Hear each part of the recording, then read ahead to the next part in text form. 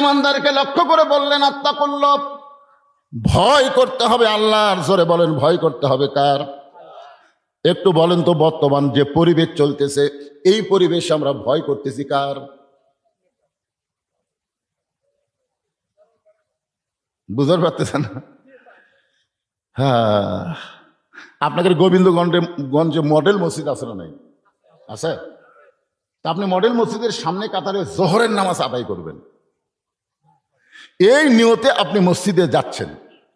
কিন্তু মসজিদের দরজা দিয়ে খেয়াল করে দেখেন আপনার পায়ের মধ্যে 2000 টাকার জুতে।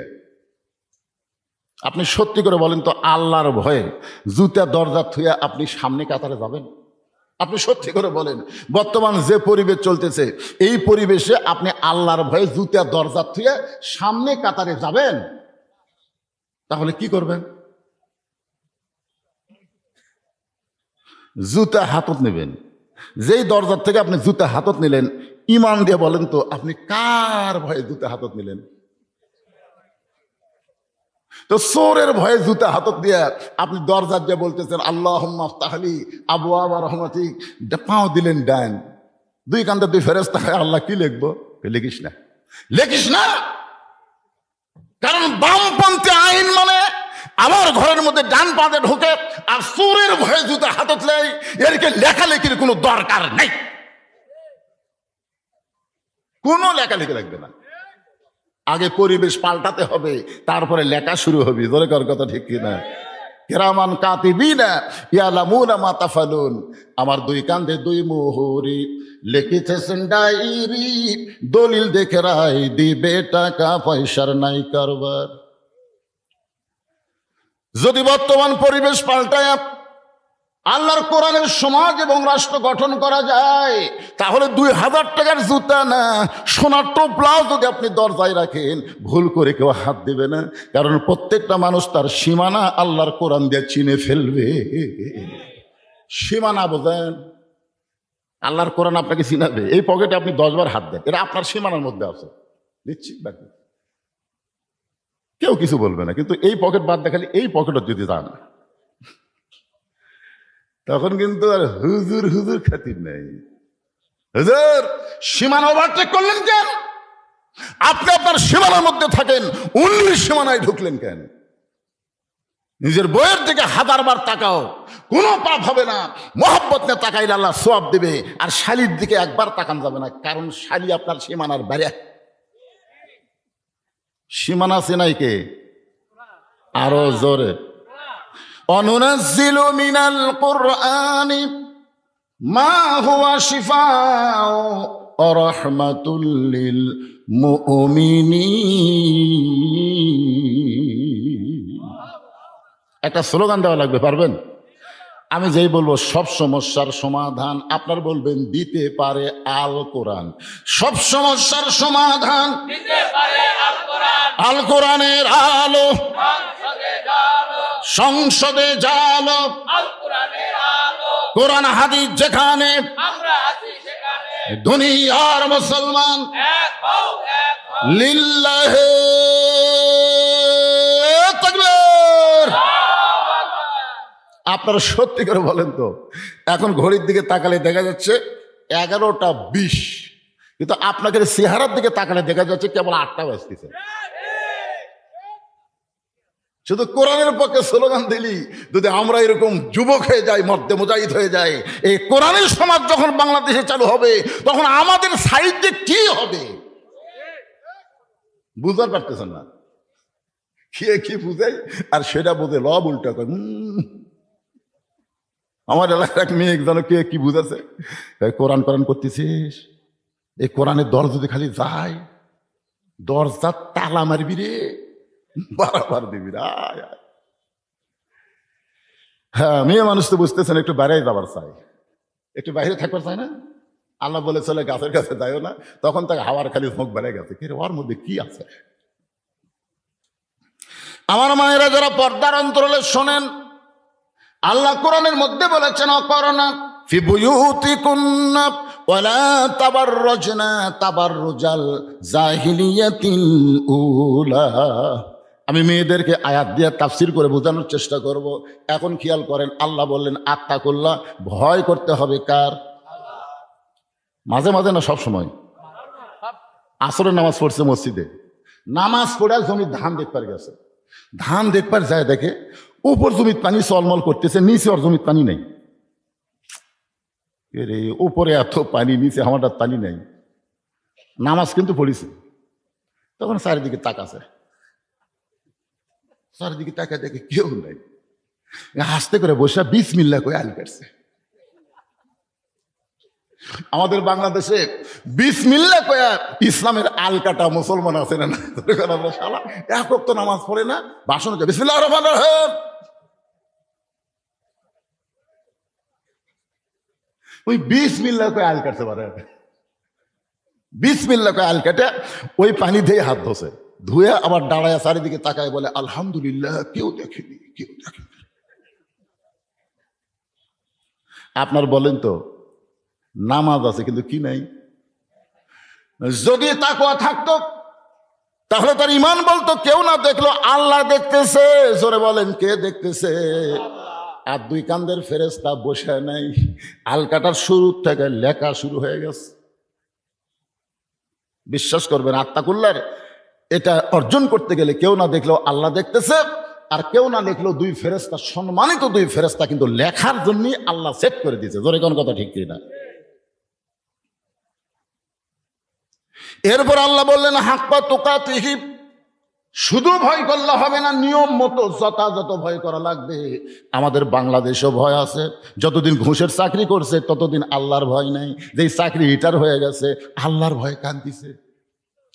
যতদিন ঘুষের চাকরি করছে ওর ভিতরে আল্লাহর ভয় নাই।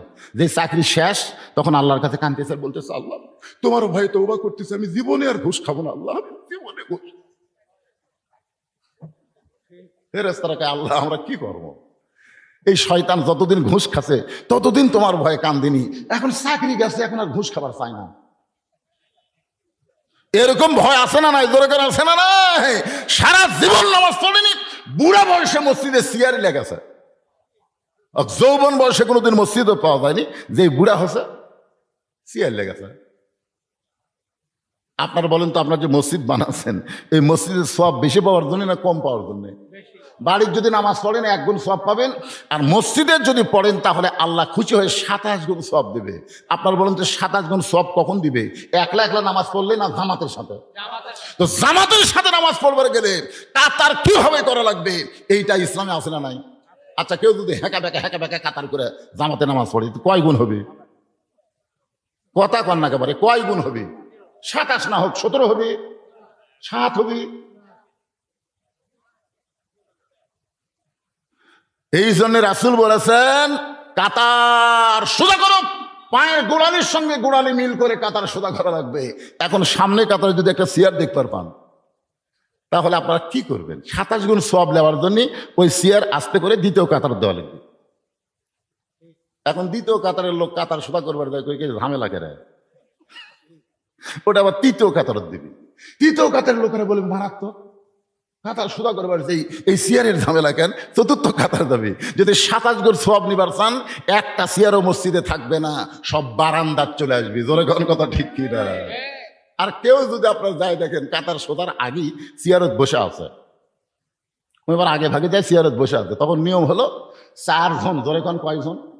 4 জন ওর 4 চেয়ার পা ধরে কান্দত করে নিয়ে বারান্দার থুয়ে দিয়ে কাতার সোজা করা লাগবে। যদি 27 গুণ সওয়াব চান একটা চেয়ারও চলবি না। খোঁজলে দেখেন যে লোকটা চেয়ার নিয়ে নামাজ ধরেছে ও যৌবনকালে নামাজ ধরে নাই। নামাজ তুয়ে মুয়ে কোনো ইবাদত না। 7 বছর থেকে নামাজের তালিম দেওয়া লাগবে, 10 বছর থেকে জোর করে নামাজ ধরা লাগবে। আর কোরআনের হুকমত যখন চালু হবে সবকিছুর আগে নামাজ টাইমের বিল পাস হবে। জোরে কোন কথা ঠিক কিনা? মসজিদের উন্নয়নে মাহফিল। মসজিদের উন্নয়ন মানে কি? হুজুর মসজিদ দোতলা করবো, হুজুর টাকা লাগবে, হুজুর তো দোতলা করবে কেন? একতলা জাঁটে না হুজুর, এত মুসল্লি হয়েছে একতলাতে হয় না। তো বললাম ফিস করে ফজরের খবর কি? তখন কয় ফজরের খবর এক কাতারই হয় না, জোহরের খবর কি? কয় কাজ কামের দিন। আসরের খবর কি? কয় হাটত গেছে। মাগরিবের খবর কি? কয় বাজার করে এসে হিসাব করতেছে হুজুর। এশার খবর কি? কয় দুর্বল শরীরে ফজরের মতোই। তো মসজিদের মধ্যে কয় কাতার? কয় 9 কাতার। এক কাতারে হয় না, দোতারা করবে কেন? সাইডটাই সেক্রেটারি বলতেছে, মাথা চুলকায় বলতেছে হুজুর ওই যে জুমার দিনে সবার শেষে আসে আগে যাই, ওই শালাকের জন্য দোতলা। সেক্রেটারি তাও শালাক আছে, কিন্তু আল্লাহ শালাক হয়নি। আল্লাহ কইছে ফাওয়াইলুল মুসাল্লিন, ফাওয়াইলুল লিল মুসাল্লিন আল্লাযীনা হুম আন সালাতিহিম সাহুন আল্লাযীনা হুম ইরাউন ওয়া ইয়ামনাউনাল মাউন। আল্লাহ বললেন হাক্কা তুকাতিহি, যথাযথ নিয়ম মতো ভয় করতে হবে। যথাযথ নিয়ম মতো যদি ভয় করতে চান তাহলে বর্তমানের সমাজ দেওয়া হবে না, আমার আল্লাহর কোরআনে রাষ্ট্র লাগবে। বর্তমান যে সংবিধান, যে আমাদের বাংলাদেশ চলতেছে, এই সংবিধানকে আবার অনেকে বলে পবিত্র সংবিধান। যেই শালা শয়তানেরা কয় পবিত্র সংবিধান, এদের মুখে জীবনে কোরআন পবিত্র কয় না। ধরে কথা কর না কেন, কথা কর না কেন? সংবিধানের বাহিরে যাওয়া যাবি না, তুই কোরআনের বাইরে ঘুরিস। যেই মানুষটা সংবিধান লিখছে, আয় হায় হায়, আর কথা বলাই যাবি না।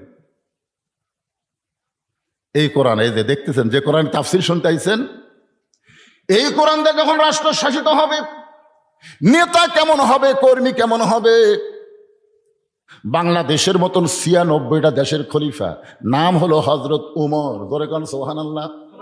আমাদের বাংলাদেশের মতন 96টা খলিফা দেশ একত্র করলে যত বড় হবে, তত বড় দেশের খলিফা হলেন হজরত উমর। জুমার দিনে মসজিদের মেম্বরে দাঁড়ায় যখন খুতবা দেয়, মাঝখান থেকে একজন সাহাবী দাঁড়িয়ে বলতেছে, আমির আল মুমিনিন, আপনার খুতবা আমরা শুনবো না। উমর ফারুক বললেন, আমার অপরাধ কি? বলে, আপনার অপরাধ হলো আমাদেরকে খাটো পাঞ্জাবি দিয়ে আপনি লম্বা জুব্বা পরে খুতবা দিচ্ছেন। ইয়া আমির আল মুমিনিন, আমাদেরকে খাটো পাঞ্জাবি দিয়ে আপনি লম্বা জুব্বা কোথায় পাইলেন? এটা যতক্ষণ না বলবেন ততক্ষণ আপনার খুতবা আমরা শুনবো না। আল্লাহর ভয়ে, শুধুমাত্র আল্লাহর ভয়ে ওমর ফারুকের চোখটা দরদর করে পানি পড়তেছে। যদি মানুষের তৈরি আইন থাকতো, কেরে তুই, আমি জুব্বা লম্বা পড়বো না খাটো পড়বো, চিন্তা করছেন? তুই লোকমা দেওয়ার কে? হাসিনার সময় অনেক দেখেছি আমরা, বক্তার মাইক কাড়ে দিয়ে নেতারা বক্তব্য দিছে। জোরে কোন কথা, ঠিক কথা বল না ভাই যান। লোকমা দেওয়ার কোনো মানুষ না। লোকমা দিবেন, সাইডে পুলিশ খাড়ায় আছে, ইশারা করবি, বক্তা শুদ্ধে ধরবি। হযরত ওমর চোখের পানি যখন ছাড়তেছে, এমন সময় আব্দুল্লাহ ইবনে ওমর 30 পারা কোরআনের হাফেজ, 6 লক্ষ হাদিসের হাফেজ, সুবহানাল্লাহ। নেতার বেটার শিক্ষাগত যোগ্যতা কি? 6 লক্ষ হাদিসের হাফেজ, 30 পারা কোরআনের হাফেজ। আব্দুল্লাহ ইবনে ওমর বাবার পাশে গিয়ে বলতেছে, রে নবীর সাহাবীরা, তোমরা খাটো পাঞ্জাবি হলেও তো নতুন কাপড় পরে নামাজ পড়তে আইছো, আমার দিকে তাকায় দেখো, আমার পরনে নতুন কোনো কাপড় নাই। উসমান গনি বলতেছে, আব্দুল্লাহ, আজকে জুমার দিনে নতুন কাপড় না পরে তুমি পুরাতন কাপড় কেন পরলে? আব্দুল্লাহ বলতেছে, আমি যদি নতুন কাপড় পরতাম তাহলে আমার বাবার জুব্বা লম্বা হতো না। কার ভয়ে? জোরে বলেন। আত্তাকুল্লাহ হাক্কা তুকাতিহি, একটু খেয়াল করো। আব্দুল্লাহ বলতেছে, তোমরা যখন সবাই ঘুমাও, তখন আমার বাবা কে কোথায় কিভাবে আছে দেখার জন্য সারা রাত। সুবহানাল্লাহ।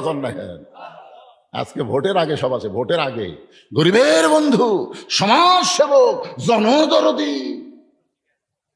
আমার এলাকার এক নেতা 5 গাড়ি নিয়ে রাস্তা দিয়ে যাচ্ছে, যাওয়ার সময় দেখে রাস্তাটা ফকির আসতেছে। নেতা ড্রাইভারকে বলে, ব্রেক কর। তো ড্রাইভার বলে, স্যার কেউ তো নাই, তো চোখত পড়ে না, আসতেছে। ড্রাইভার করে না, ভিক্ষা করে খাই ফকির। আরে পাগলা, ভোটের আগে থামা। যেই গাড়ি থামাইছে, নেতা গাড়ির থেকে নিজেই নামে ফকির সালাম দেয়, সালাম আলাইকুম চাচা। ফকির খেলে স্যারের দিকে তাকায়। নেতা বলে, কি দেখেন? বলে, কাক সালাম দিলে? আপনাকে দিলাম, আমি তো ভিক্ষা করে খাই। ভোটের আগে আপনিও যা, আমিও তাই।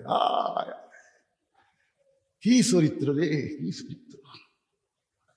ভোট পেয়ে যখন নেতা হবি ওয়াক আর গোবিন্দগঞ্জ খুদা ভাত হবি না, ওই ঢাকার থাকবি, মাঝে মধ্যে বেড়াবার আসবে, স্যামসের অত্যাচারে একটা ভোটারও নেতার কাছে যাওয়ার পারবে না। ধরে কথা কন না কেন, স্যামসে ধরে কোন কি স্যামসে।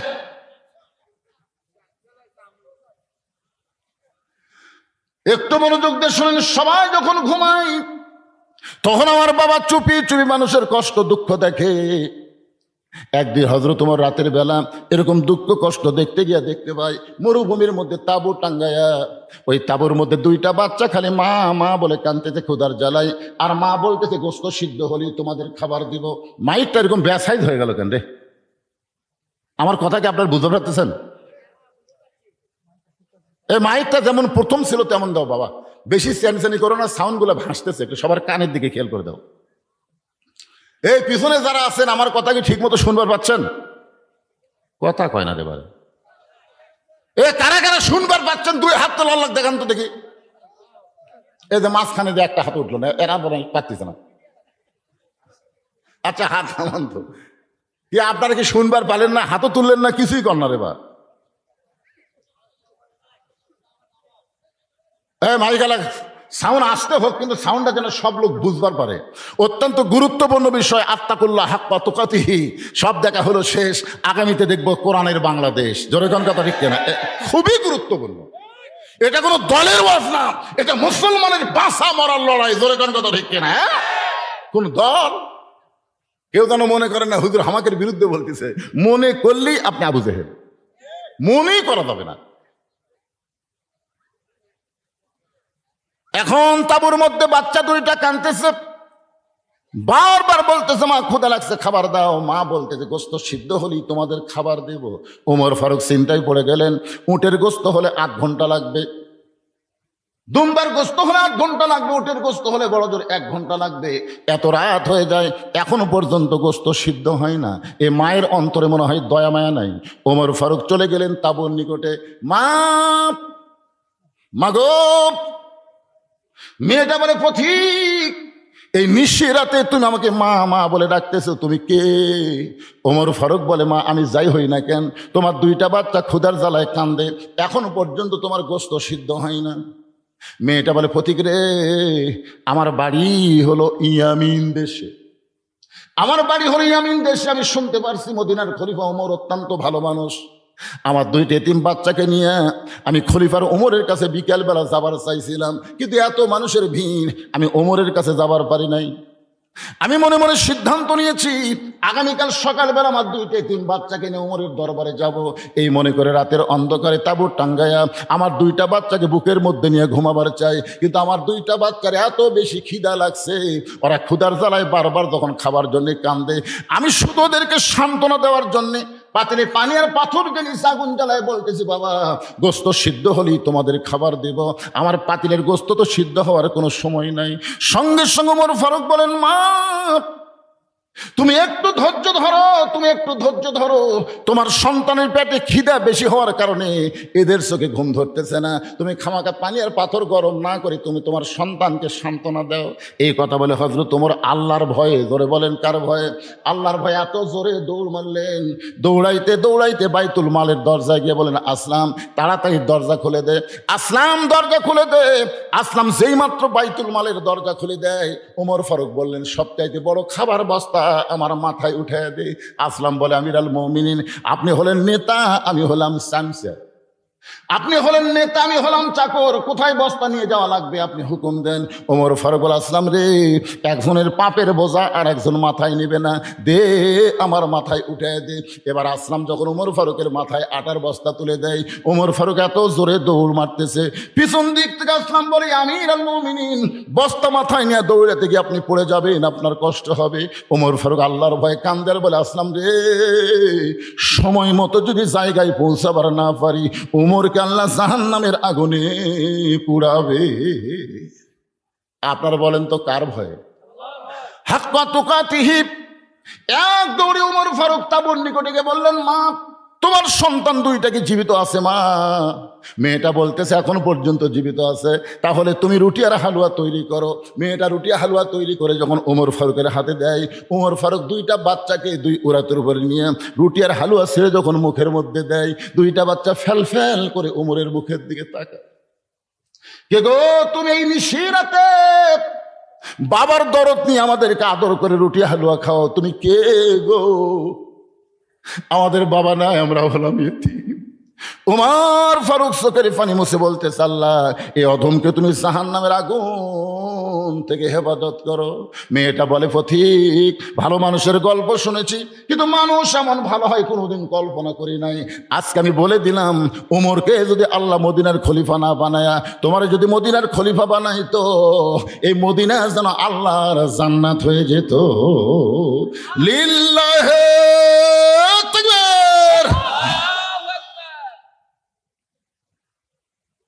আব্দুল্লাহ বলতেছে, কে বলেছে? ওসমান গনি। মনে আছে আপনাদের? ওসমান গনি বলতেছে, আব্দুল্লাহ আজকে সবাই নতুন কাপড় পরেছে, আর তুমি পুরাতন কাপড় কেন পরে আসলে? যিনি বলেছেন তিনি হচ্ছেন আল্লাহ নবীর ডবল জামাই। তুইয়া মুইয়া কিন্তু মানুষ না। এটা বলার মধ্যেও কিন্তু হেকমত আছে, আছে না নাই? কথা কন। বহু সাহাবী আছে, কিন্তু কোনো সাহাবী দাঁড়াইলো না। দাঁড়ালো তার নাম কি? এই সবাই কথা কন না কেন? আমার কথা কি শুনতে পাচ্ছেন না? ওসমান গনির আপনারা চেনেন? কিভাবে চেনেন? একদিন আল্লাহ রাসূল ওসমানকে কাছে ডাক দেবেন, ওসমান আল্লাহ তোমাকে কত সম্পদ দিয়েছে, তুমি কি তার হিসাব জানো?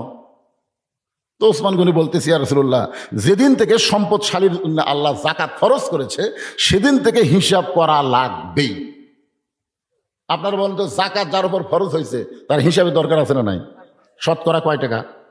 2.5 টাকা। রাসূল বললেন, তাহলে তোমার সম্পদের হিসাব কি? ওসমান গনি বলতেছি, ইয়া রাসূলুল্লাহ আপনি এভাবে আমাকে কোনোদিন প্রশ্ন করবেন আমি প্রস্তুত ছিলাম না, তবে আপনি যখন শুনতে চান তাহলে শোনেন।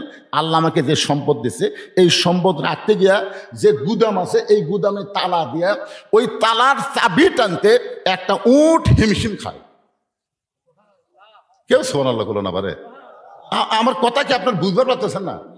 যে আল্লাহ আমাকে এত সম্পদ দিছে, এই সম্পদ গুদামে রাইখা ওই গুদামে তালা দিয়া ওই তালার চাবি টানতে একটা উট হিমশিম খায়।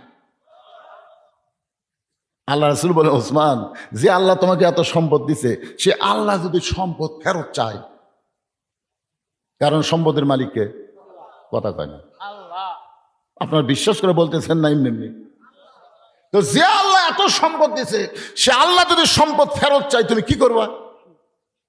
সঙ্গে সঙ্গে ওসমান গনি মারছে দৌড়। ওসমান গনি দৌড় দেখে আইনমন্ত্রী, আল্লাহ রাসূলের আইনমন্ত্রীর নাম ছিল হযরত উমর। আইনমন্ত্রী বলতে, হুজুর ওসমানের দৌড় দেখে আমার সন্দেহ হলো, আপনি এমন একটা ওয়াজ করলেন, ওই যে দৌড় দিল। রাসূল বলে, ওমর তুমি যতই আইন কও, অজাতা আজগুবি কোনো কথা বলা যাবে না। ওসমান কিভাবে দৌড় দিল? হুজুর যে জোরে দিল। আল্লাহ রাসূল বললেন, ইত্তাকু ফিরাসাতাল মুমিনিনা ফাইন্নাহু ইয়ানজুরু বিনুরিল্লাহ। কিছুক্ষণ পরে সমস্ত সাহাবীরা তাকায় দেখে ওসমান গনির যে ওর চাবি বহন করে, ওই ওটটা রশি ধরে ওটটা টেনে টেনে নিয়ে আইছে নবীর কাছে। এসে বলতেছে, ইয়া রাসূলুল্লাহ আল্লাহ আমাকে যত সম্পদ দিছে, সমস্ত সম্পদ যে গুদামের মধ্যে রাখছি, ওই গুদাম সহ গুদামের তালা এবং তালা দেওয়া চাবি সহ এই উটটা আমি আল্লাহরে দিয়া দিলাম। সঙ্গে সঙ্গে নবী আসমানের দিকে তাকালেন, আল্লাহ এমন একটা পরীক্ষা করলাম, সেই পরীক্ষায় Osman Gani golden A plus পাইছে। এখন আপনি আল্লাহ ওসমানকে কি দিবেন? আল্লাহ বলে, হাবিব আমার গানি ডিগ্রি আমি ওসমানকে দিয়া দিলাম। সাল্লাল্লাহু বলেন, ভাইজান ওয়াজ তো আমি করবই যতক্ষণ বসে থাকবেন, কিন্তু ওসমান গনির মতন ইমান যদি আমাদের থাকে, সম্পদ কে দিছে? আরো জোরে বলেন। এখন যদি আপনাদের কাছে ব্যাগ যায়, রুমাল যায়, 5 মিনিটের মধ্যে আল্লাহ দেওয়ার সম্পদ আল্লাহর ঘর মসজিদে কারা কারা দান করবেন? 2 হাত তুলে একটু আল্লাহকে দেখান তো দেখি। যারা যারা করবেন তারা হাত তুলবেন। এই মাঝখানে কয়টা ওঠেন? আমরাও তুলতেছি, দেখি টান টান করে তুলেন তো দেখি, হাত নামান। আচ্ছা কারা কারা দিবেন না তারা হাত তোলেন। যারা দিবেন না, 1 টাকাও দেবো না হুজুর। তার মানে বোঝা গেল না দেওয়া পার্টি একটাও নাই। সবাই আপনারা দিবেন। 10 পারেন, 20 পারেন, 50 পারেন, জীবনের শেষ দান মনে করবেন। আগামীকাল হয়তো বাঁচার কোনো গ্যারান্টি আমাদের নাই, আছে? আচ্ছা, যার বাড়ি এখানে সব চাইতে কাছে, সেই লোকটা হাত তুলে বলেন তো, হুজুর আমি আজকে মাহফিল শেষ করে বাড়ি যাবার পারবই। একটা লোক বলেন আমার বাড়ি খুবই কাছে হুজুর, তারপরেও যে আপনি যাবার পারবেন তার কোনো গ্যারান্টি আছে? তো গ্যারান্টি যদি না থাকে তাহলে আপনার পকেটের টাকার গ্যারান্টি আপনি কিভাবে দিচ্ছেন? যখন আল্লাহর ঘর মসজিদে দিবেন ওই টাকা আপনার গ্যারান্টি হবে, জান্নাতের ব্যাংকে আল্লাহ আপনার নামে অ্যাকাউন্ট করে দিবে। এই যে 2 জন কে উঠলো, এই দুটো কে উঠলো রে সর্বনাশ, এই দুটো টানে বসান। এখন হাত তুলছে, না না না, কি জন্যে আপনারা এখনই হাত তুললেন? 10, 20, 50, 100 যেটা পারেন দিবেন। আপনারা কি মনে করছেন ওয়াজ শেষ? বসা থাকবেন যতক্ষণ ওয়াজ চলবি ততক্ষণ, সে বক্তা আমি না। বসেন, 5 মিনিট আদায় হয়, 5 মিনিট। আল্লাহর ঘর মসজিদের জন্য একটা মৌকা পাওয়া গেল ওসমান গনির সঙ্গে, এক দৌড়ে দেয় সবাই আল্লাহ দিল, আর পকেটে তার টাকা বার করতে ভয় করতেছেন। কোনো টেনশন নাই, দিয়ে দেন। এই ব্যাগ না, রুমাল না, ভিতরে নামো। সর্বসাকল্যে 5 মিনিট টাইম দেওয়া যাবে, তার বেশি দেওয়া যাবে না বাবা। আর যারা ব্যাগে দিবেন না হাতে দিবেন, এইরকম যদি কোনো আল্লাহর বান্দা থেকে, হুজুর ওই ব্যাগের মধ্যে 5-10 টাকা না, আল্লাহর ঘরে যদি আমি 10,000, 5,000, 2,000 করে দিব, এরকম যদি কোনো দানবীর থাকেন, এই ব্যাগ কালেকশন হওয়া পর্যন্ত আপনারা আমার হাতে এখানে দিবেন, যারা দিবেন। আর ব্যাগের মধ্যে তো দিবেন মাশাআল্লাহ। জি, মহিলাদের মধ্যে মাশাআল্লাহ, আমার মায়েরা, আপনারা হয়তো মনে করতেছেন হুজুর আমাকে ওয়াজই ধরলো না, আপনাকে ওয়াজ করতেছে, আদায় শেষ হলে আপনাকে ওয়াজ শুরু হবে, তারপর আবার আমার বাপদানের কাছে চলে আসবে ইনশাল্লাহ। এটাকে দিল, হ্যাঁ কত আছে ঠিক? রায়হান নামে আল্লাহর একজন বান্দা নগদে 2,000 টাকা দান করেছে আল্লাহ। রায়হানের দানকে আল্লাহ আপনি কবুল করেন। এরাই তো রায়হান কবির 2500 টাকা আছে, 2500 আছে, কত আছে রে? 2,000 দিয়ে 2500 লিখলো কে? রায়হান কবির ঠিক আছে তো? উল্টা পাল্টা হবে, এখনো সিধা করেন। আচ্ছা, উল্টা পাল্টা করা যাবে। দেখেন লেখা দিয়েছে 2500 টাকা, এখন 2500 হয়ে গেছে মাশাআল্লাহ। রায়হান কবির 2500 টাকা দান করেছে, আল্লাহ কবুল করেন। মাসুদ ভাই বাউস্তা থেকে 2,000 টাকা দান করেছে, আল্লাহ তার দানকে কবুল করেন। মাওলানা গোলাম রব্বানী সাহেব আজকের মাহফিলের সম্মানিত সভাপতি, আমার ভাতিজা আপনাদের গ্রামের সন্তান, 15,000 টাকা ধরে বলেন মারহাবা লিল্লাহি তাকবীর। ওটা বসে করেন যে ভাই, যারা আদায় করবেন তারা শুধু ঘুরবে, আপনার বসে থাকবেন। মিজানুর রহমান 2,000 টাকা বাকিতে দান করেছে, আল্লাহ কবুল করেন, আল্লাহুম্মা আমিন। মিলন হোসাইন 2,000 টাকা দান করছে, আল্লাহ কবুল করেন। মিসবাউল হোসাইন 15,000 টাকা, খাদ্য অফিসার। এই গ্রামে তো অফিসার কয়টা আছে? অফিসার মাশাআল্লাহ, এ তো ভালো অফিসার। অফিসার আছে না এখানে? আছে কোনটা? ওইটাই মাশাআল্লাহ, ছোট মানুষ, ছোট মানুষ অফিসার। খাদ্য অফিসার মিসবাউল হোসেন 15,000 টাকা ধরে বলেন মারহাবা মাশাআল্লাহ। আমিনুর হুজুর, আনিসুর হুজুর, আনিসুর নাকি রে? আনিসুর হুজুর মিসবাউল হলম বানিহালি থেকে 2,000 টাকা দান করছে, আল্লাহ তার দান কবুল করেন। আল্লাহ নেক নিয়ত নেক আশা পরে আল্লাহুম্মা আমিন। আল্লাহর একজন বান্দা, নাম হলো ফরিদুল তারা, শাকার ইউনিয়নের বিএনপির সভাপতি মাশাআল্লাহ। আওয়ামী লীগের সভাপতি হলে বাকি দিত, আর বিএনপি হওয়ার কারণে নগদ 2,000 টাকা দান করছে। আমরা সবাই দোয়া করবো আল্লাহ তাকে আরো সম্মানিত করুক। জোরে কোন আমিন, জোরে বল আল্লাহুম্মা আমিন। আরে পাগলা, কিছুদিন আগে যখন হাসিনা ছিল তখন জামাত বিএনপি একসাথে ঘুম পাড়ছে। জোরে কোন কথা ঠিক কিনা? একই জায়গাতে আমরা 2 ভাই ঘুম পাড়ছি। আমার একটা কম্বল কম, বিএনপির এক ভাই বলে হুজুর আপনার ঠান্ডা লাগবে কম্বল নেন। কি মিল রে ভাই! এই 5ই আগস্টের পরে যে কে কি বুঝালো, হায় হায় রে। আরে পাগলা, আমরা যদি জামাত বিএনপি ঠাই ঠাই হয়ে যায়, যে কোনো মুহূর্তে ফাঁক দিয়ে আবার চট করে ঢুকবি। জোরে কোন কথা ঠিক কিনা? আর যেন ফ্যাসিবাদী বাংলার জমিনে না আসতে পারে, এই জন্য সকলে মিলেমিশে থাকার দরকার আছে না নাই? দরকার আছে না নাই? দেন দেন দেন দেন, তাড়াতাড়ি দেন। বেশ সময় লোকজন আবার রাগ করে উঠে যাবে। বাবা অসুস্থ, সন্তান 500 টাকা দান করেছে। দোয়া করে আল্লাহ বাবাকে পুরোপুরি সুস্থতা দান করেন। জোরে বলি আমিন। কেন ভিতরে কি আদায় হলো? আদায় হয়েছে? এগুলা নিয়ে আসেন, তাই ভিতরে যেগুলো আদায় হতো নিয়ে আসেন। মসজিদের জন্য কেউ যদি সিমেন্ট দিবার চান তাহলে এখানে লিখে দিবেন দান যে মাইকে প্রকাশ করা লাগবে তা না, গোপন দান বেশি সওয়াব, ঠিক কিনা বলেন? আপনারা বলেন তো, মসজিদ যত বাংলাদেশে মসজিদ হয়েছে, মাদ্রাসা হয়েছে, প্রকাশ্যে দান বেশি হয়েছে না গোপন দান? আপনারা জানেন না? এমন কিছু মানুষ আছে যারা লক্ষ লক্ষ টাকা দেয় কিন্তু কোনোদিন প্রকাশ করে না। এই জন্যে যারা সিমেন্ট দিবেন গোপনে দিবেন, অসুবিধা নাই। এখন আমার আপাতত আদায় শেষ করে আমি আবার আলোচনায় আসতেছি। আব্দুর রাজ্জাক এগুলো সব লেখাছেন।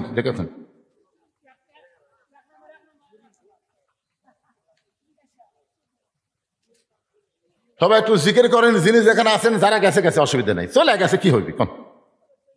বহু ধানের ঠিপ দেখা যায়, সবগুলা কি ধান? সবগুলাই ধান। ওই ধানের মধ্যে অনেক সিটা পাতানো আছে, বাতাস না দিলে এটা বোঝা যায় না। যখনই বাতাস দিবেন ধানের মতোই ঢপ, কিন্তু ঠিপের মধ্যে আর থাকতে পারতেছে না, ওই বাতাসের তাড়াতে উড়ে উড়ে চলে যায়। আদায় যখন শুরু হয় তখন এই সিটা পাতানগুলো থাকতে পারে না, বুঝলেন? এরা উড়ে যায়। তা আপনারা একটু ফাঁকটা পুরা করে সামনে আসুন দেখি। এখন এক টানা ওয়াজ চলবে, আসেন সামনে আসেন, আল্লাহর রাস্তায় আসেন, একটু জিকির করেন আর সামনে আসেন। লা ইলাহা ইল্লাল্লাহ, জোরে লা ইলাহা ইল্লাল্লাহ, লা ইলাহা ইল্লাল্লাহ, লা ইলাহা ইল্লাল্লাহ, লা ইলাহা ইল্লাল্লাহ, লা ইলাহা ইল্লাল্লাহ, লা ইলাহা, লা ইলাহা ইল্লাল্লাহ মুহাম্মাদুর রাসূলুল্লাহ। সকলে বলি সাল্লাল্লাহু আলাইহি ওয়াসাল্লাম। আমার মায়েরাতে পর্দার অন্তরে বসে আছেন, আদায় করতে গিয়ে আমার মায়েদের কথা আবার পুনরায় মনে হয়ে গেল। এই মায়েদের জন্য আমি 5টা মিনিট একটু ওয়াজ করব, বিরক্ত হবেন?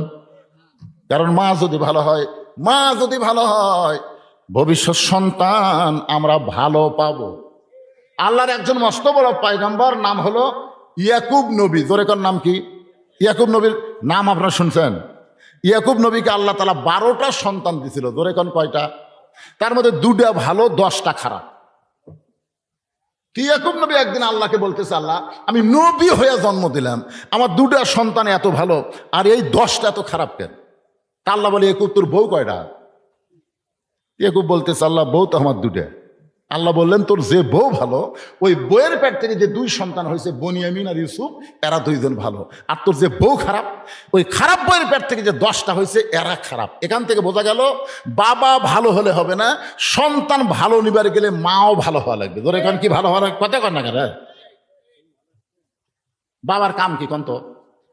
একটা গানের মধ্যে আছে, বাবায় আনন্দে মাতিয়া সাগরে ভাসাইয়া সেই যে চইলা যায় খবর লয় না, মাজন ধরিয়ায় উদরে কতই কষ্ট করে, 10 মাস পরে পায় প্রসবের বেদনা, এমন দরদি ভবে কেউ হবে না আমার মা, মা গো। মায়ের কথা মনে আছে? কার কার মা নাই বুঝতে পারতেছেন? একটু মনোযোগ দিয়ে শোনেন আমার মায়েরা, পর্দার অন্তরে বসে বসে যারা ওয়াজ শুনতেছেন, আমি কোরআন থেকে একটা আয়াত আপনাদের জন্য তেলাওয়াত করেছি। মা, ওই আয়াতের শানে কিছুক্ষণ আপনাদের কথা বলে আবার আত্তাকুল্লাহ হাক্কা তুকাতিহির দিকে ফিরে আসতে হবে, কারণ আমাদের সবাইকে মুসলমান হয়ে মরা লাগবে। ধরে কোন ঠিক কিনা? আল্লাহ বলেছেন লা তামুতুন্না ইল্লা। আবার তুমি এসে সামনে কি শুরু করলে রে বাবা? হ্যাঁ, আমি কখনোই মনে করিনি যে সামান্য কয় টাকা আদায় করবার যায় কিছু লোক উঠে যাবে, এটা আমার মনেই হয়নি। আরে না, দেখ আল্লাহর টাকা পড়ছে, ওর টাকা নিয়ে আল্লাহর ঘর বানান। তুমি না দাও, আজকে ও শোনো, মরা লাগবে, মুসলমান না হয়ে আমরা কেউ মরবো না। ধরে কোন কথা ঠিক কিনা? 10 টাকা 20 টাকা দিবি না, দেশ না তোর টাকার কি দরকার? পকেটে 500 টাকার লোট আছে, 200 টাকার লোট আছে, 100 টাকার লোট আছে, 10 টাকা নেই। দান বাক্স তখন সামনে আসছে, চোখ বন্ধ করে চিন্তা করতেছে, 500 দেবো না, 200 দেবো না, 100 দেবো না, 10 না, নাই তো। এমন জোরে ঠেলা মারছে, 4 জন পার হয়ে গেছে। ওরা 4 জন খুশি হয়ে বলতেছে, তোর হাতত বল আছে রে। কি ফেরেশতা বলতেছে, আল্লাহ এই শয়তানের কান্দত থাকবো না, পকেট ভরে টাকা থুয়ে যাই তোমার দান বাক্স ঠেলা মারে মানুষ, আর কান্দত থেকে আমরা লেখমো কি? আল্লাহ বলতেছে, তোরা লেখ। ওই দান বাক্স ঠেলা মারেনি, ওই হাত দিয়ে জান্নাত ঠেলা মারছে। আপনি জানেন মসজিদ হলো আল্লাহর ঘর, ধরে কোন কার ঘর? আপনি 10টা টাকাও দিয়ে পারলেন না, আপনি না দিয়ে কাপড় ঝাড়ি দিয়ে উঠে গেলেন। তা আপনার মতন শ্রোতা আজকের মাহফিলের দরকার নেই। আবার আসতেছে পারে, আচ্ছা ঠিক আছে, আচ্ছা আসেন আসেন আসেন আসেন।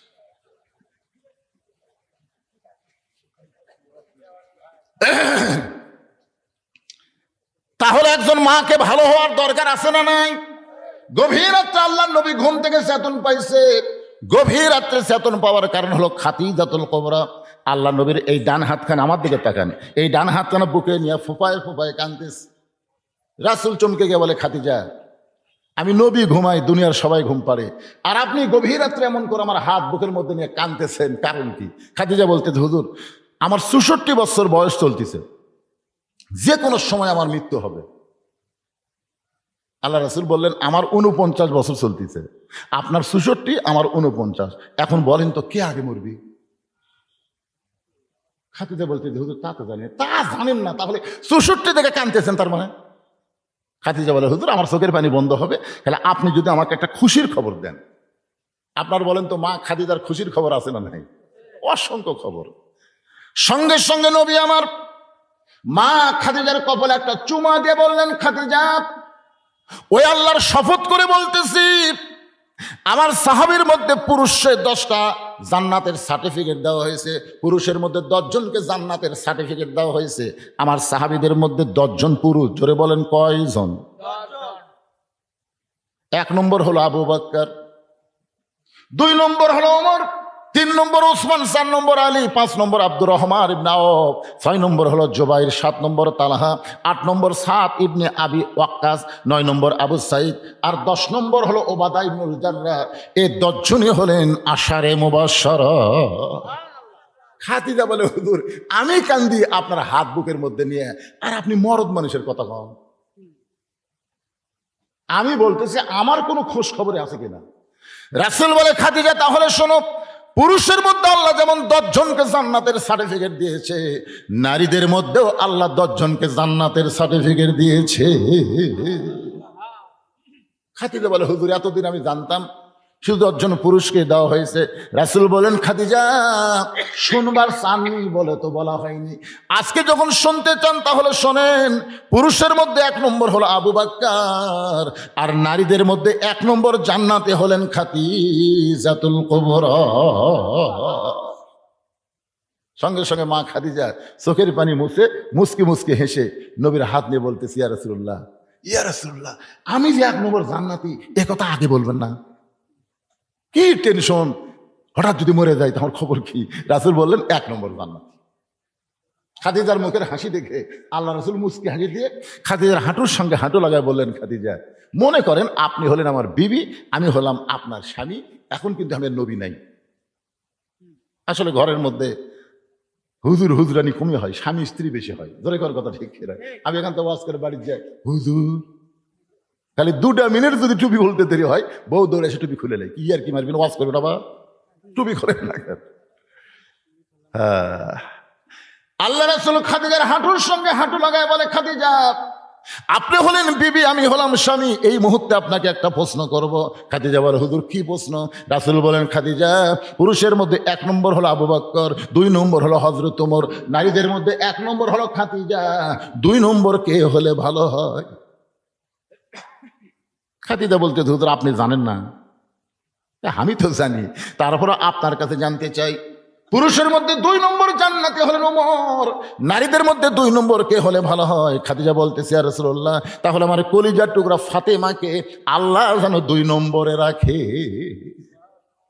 সুবহানাল্লাহ, জোরে বলেন না কেন? খাদিজা বলতেছে, আমার কলিজার টুকরা ফাতেমাকে আল্লাহ যেন 2 নম্বরে রাখে। রাসূল বলে, খাদিজা আল্লাহ আপনাকে 4টা মেয়ে দান করেছে, 4টা মেয়ে নবীর মাধ্যমে খাদিজার পেট থেকে আল্লাহ 4টা মেয়ে দান করেছে।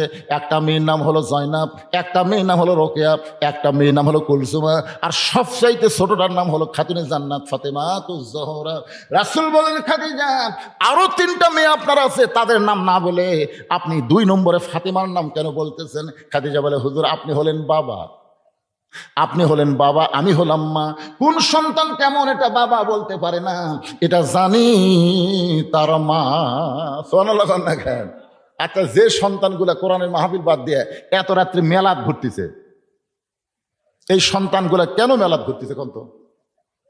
ওরকে মাও যদি বেঁচে থাকে তাহলে মাও জিজ্ঞাসা করেন, কোরআনের মাহফিল বাদ দিয়ে তোমার সন্তান মেলাদ ধরলো কেন? তখন এই মা মুসকি মুসকি হেসে বলবে, ওই যখন আমার পেটটা ছিল তখন আমি গোটা পাড়া ঘুরেছি, ওই পেটের মধ্যেই ভরণি গরম পাশে বাবা, ওই ভালো জায়গায় বসবি না।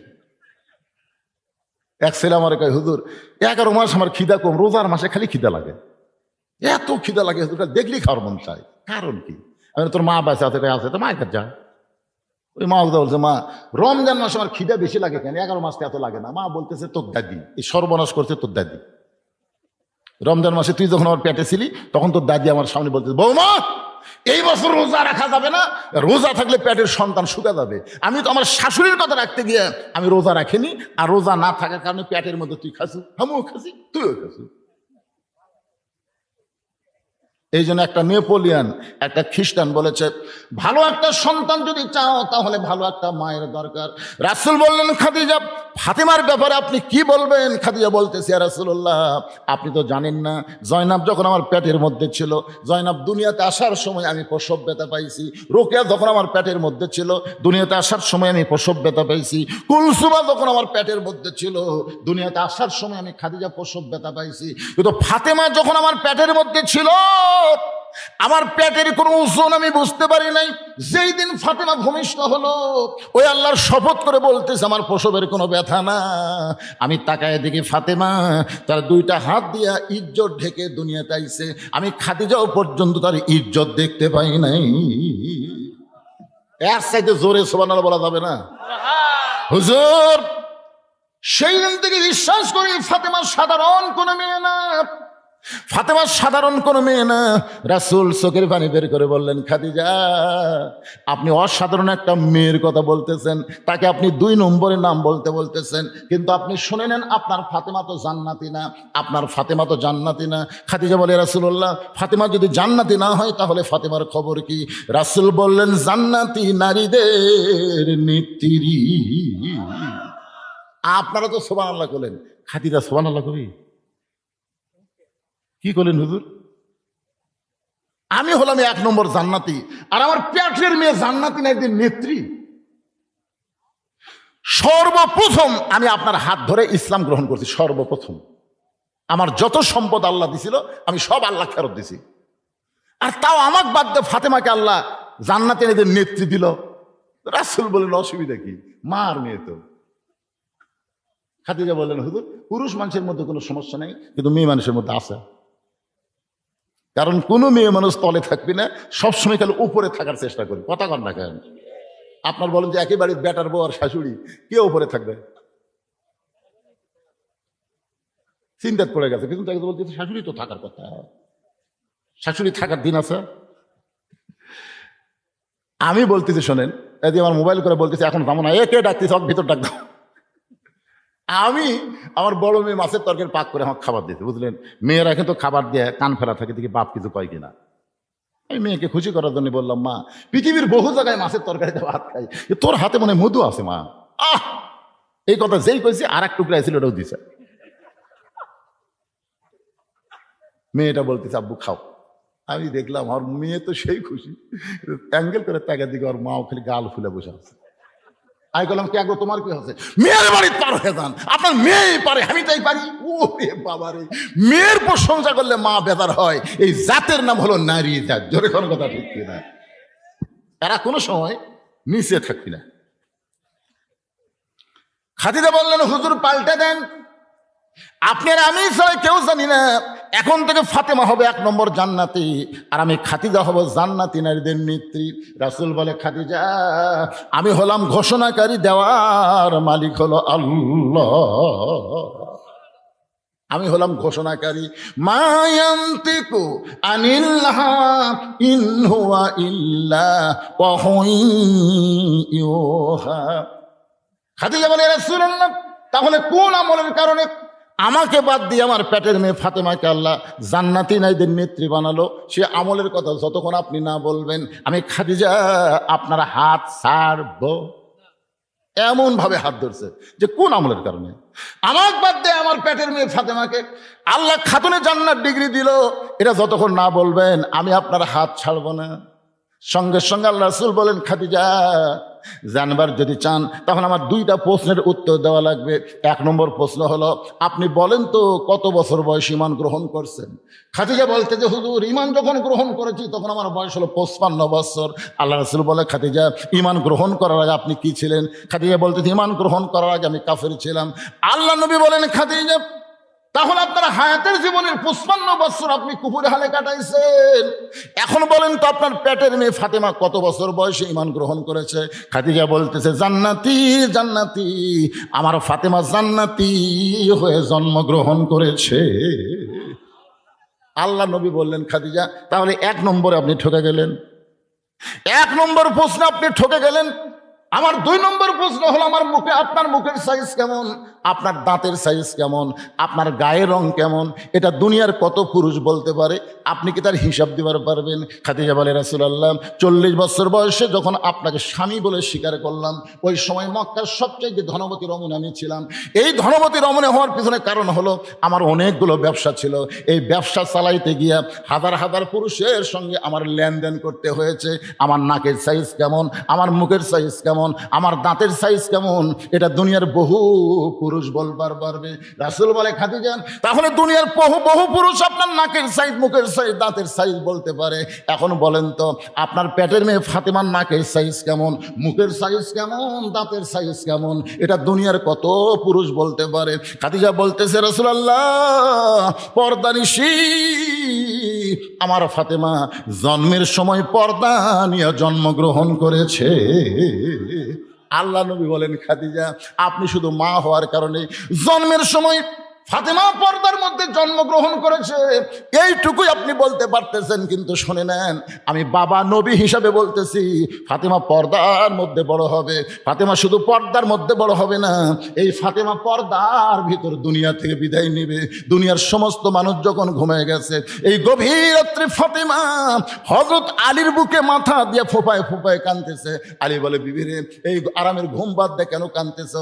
ফাতেমা বলে, স্বামী গো আপনি কি জানেন আমি সবসময় আল্লাহর কাছে একটা দোয়া করেছিলাম, সেই দোয়া আল্লাহ আমার কবুল করেছে। আলী বলে, ফাতেমা দোয়া কবুল হলো খুশির লক্ষণ, কান্দো কেন? ফাতেমা বলে, স্বামী কি দোয়া করেছি আপনি কি শুনবেন না?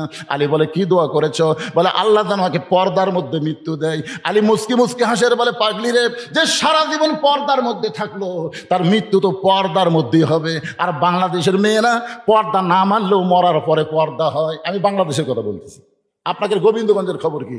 আমার এলাকার একটা মেয়ে মানুষ মরে গেলে 5 কাপড় দেয়। আপনাদের এলাকা কয়টা দেয়? 5টাই দেয়। যে লোকটার বউ মলো ওই লোকটা কিন্তু জানে আমার বউ 5টা কাপড় দেওয়া লাগবে। মরার পরে 5 কাপড় দিয়েছে, বাইসা থাকতে কয় কাপড় দিয়েছে জানে না। লাশটা যখন খাটনি থাকছে তখন ওই একজন বলছে, এই মেয়ে মানুষের লাশ দেখা যায় না, খাটনি ঢাকো। একজন চাদর নিয়েছে, গোটা খাটনি যেই থাকছে, ফেরেশতা বলতেছে, আল্লাহ এই মেয়েটা যখন জীবিত আসলো গোটা বাউস্তা গ্রামের সবাই অ্যাক্সিডেন্ট, তো মরার পরে 5 কাপড় দিয়ে খাটনি আবার চাদর দিয়ে ঢাকলো, কারণ কি? আল্লাহ বলে, ওই দেশের নাম বাংলাদেশ রে, ওই দেশে জীবিত অবস্থায় মেয়েরা পর্দা না করলেও মরার পরে করে রে, মরার পরে। আপনারা বলেন তো পর্দা কি মরার পরে না মরার আগে? আরো জোরে কন। আমার মায়েরা শোনেন, মরার পরে 5 কাপড় দিয়ে খাটনি ঢাইতে কোনো লাভ নাই। জীবিত অবস্থায় পর্দা করেছেন ফাতেমা, শুধু জীবিত অবস্থায় করে নাই, পর্দার মধ্যে যখন মৃত্যু চাইছে আল্লাহ সেইটা কবুল করেছে। আলী বলছেন, ফাতেমা আল্লাহ দোয়া কবুল করেছে, কান্দো কেন? ফাতেমা বলে, স্বামী গো এই মৃত্যুটা কবে হবে আপনি কি জানেন? আলী বলতে, ফাতেমা মৃত্যুর খবর দুনিয়ার কেউ জানে না। আপনারা বলেন তো কে কখন মরবে এটা কি জানে? জানেন? আলী বলতেছেন, ফাতেমা মৃত্যুর খবর কেউ কোনোদিন বলতে পারবে না। ফাতেমা বলে, স্বামী গো আল্লাহ যদি জানায়, আল্লাহ যদি জানায় তাহলে কি বলতে পারবে? আলী বলতেছেন, সেটা কারো কারো ক্ষেত্রে যদি আল্লাহ জানায় তাহলে বলতে পারবে। যালিকা ফাদলুল্লাহি ইউতিহি মাইয়াশা আল্লাহু যুল ফাদলিল আযীম। আল্লাহু আকবার। ফাতেমা বলে, স্বামী গো আল্লাহ পাক আমারে জানাইছে আজকে গভীর রাত্রে ফাতেমার মৃত্যু হবে। গাছের গোড়া কাটলে গাছটা যেমন পড়ে যায়, হযরত আলী তেমনি পড়ে গেলেন ঘরের মাঝায়। ফাতেমা মুস্কি মুস্কি হাসতেছে। স্বামীর পড়ার দিকে ফাতেমা হাসার কারণ হলো, আপনি হলেন আসাদুল্লাহিল গালিব, আপনি হলেন আনা মাদিনাতুল ইলমি ওয়া আলী বাবুহা। পৃথিবীর সমস্ত আলিমের চাইতে বড় আলিম হলো হযরত আলী। জোরে কান সুবহানাল্লাহ। পৃথিবীর সমস্ত বীরের চাইতে বড় বীরের নাম কি? তাহলে জ্ঞানের দিকটা কয় নম্বর? বীরের দিকটা। আর বউ মরার কথা শুনে এরকম সিট পাটাং হয়ে পড়ে গেছে, এটা কয় নম্বর? ফাতেমা মুস্কি মুস্কি হাসতেছে স্বামীর পড়ার দিকে। আপনি এভাবে পড়ে গেলেন। আপনি জানেন না এই দুনিয়া থাকার জায়গা না, এই দুনিয়াতে আসলে যাইতে হবে। কোন বনেরই পাখি তুমি, এই ছেলেরা যারা পারো তারা আমার সাথে হু হু করো।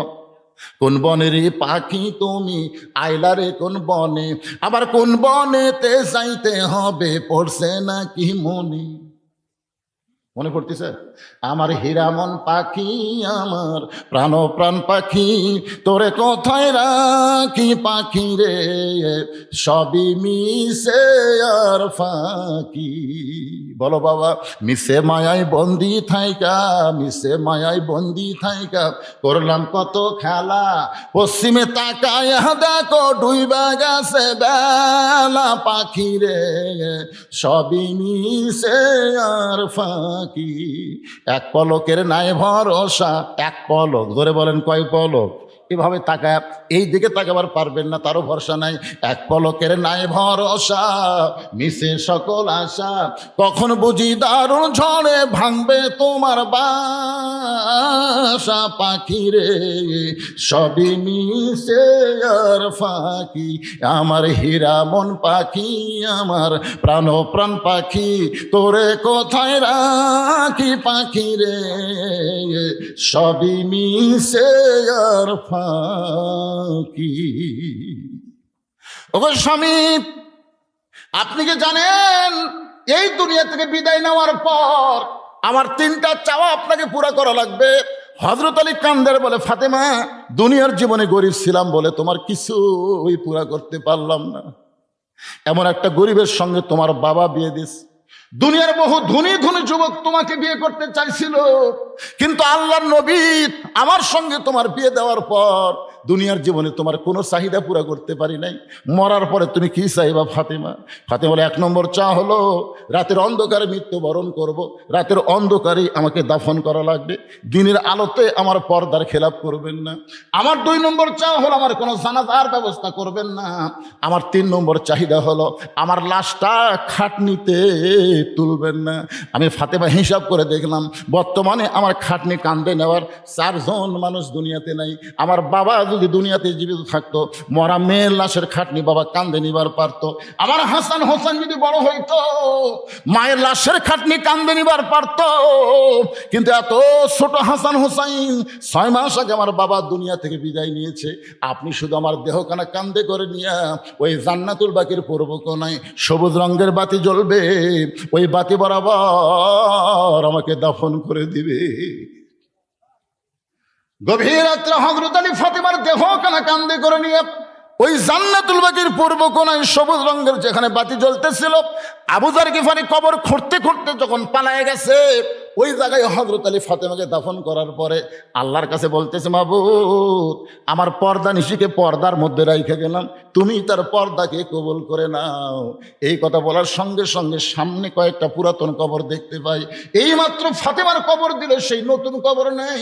গোটা জান্নাতুল বাকি হযরত আলী দৌড়ায় বলে, ফাতেমার কবর, ফাতেমার কবর। কে যেন বলে, আল্লি রে ফাতেমা পর্দা নিশি, আমি আল্লাহ জোহরা ডিগ্রি দিয়ে ফাতেমার কবরটাকে কিয়ামত পর্যন্ত পর্দা করে দিয়েছি।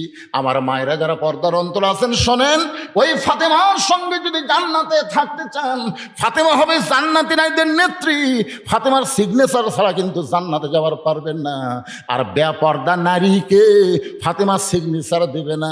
এই জন্য মায়েদের 1 নম্বর ওয়াজ হবে এই মুহূর্ত থেকে, আজ থেকে মেয়েদেরকে পর্দার ভিতরে থাকতে হবে। জোরে বলেন ঠিক? কারা কারা ঠিক? আল্লাহ দেখান তো দেখি। মাশাআল্লাহ, হাত নামান। এই জায়গাতে একটা মারাত্মক ওয়াজ আছে, হাত তো তুললেন।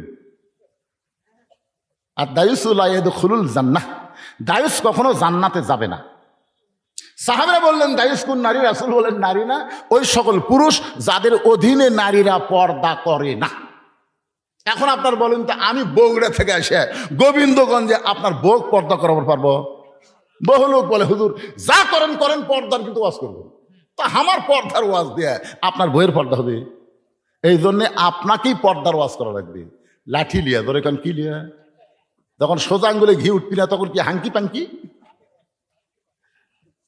আমার তাহের ভাই কি কইছে, হাঙ্কি পাঙ্কি চলবি, সোজা আঙ্গুলে উঠতেছে না, কি করবেন?